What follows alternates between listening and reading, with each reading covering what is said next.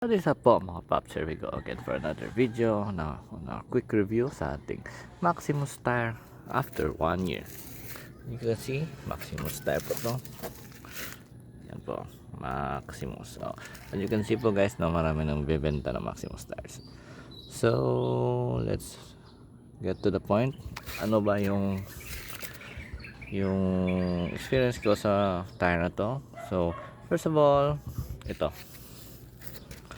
if you can see na nagbubuklod-buklod na po siya after 1 year, no?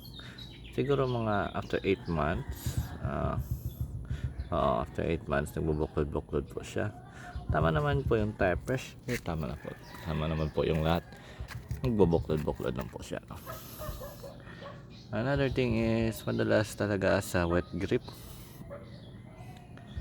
Sa dry season, okay na okay siya, wala siyang problema.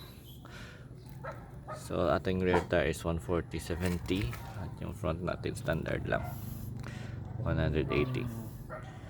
So wet grip talagang ano siya, sobrang dulas niya. As expected, hard compound, madulas talaga yung Maximus tire kasi hard compound po siya, no? Tread life okay pa naman.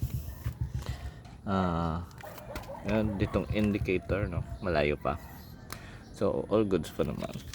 Maybe papalitan natin yung front lang kasi medyo manipis na yung front natin, no.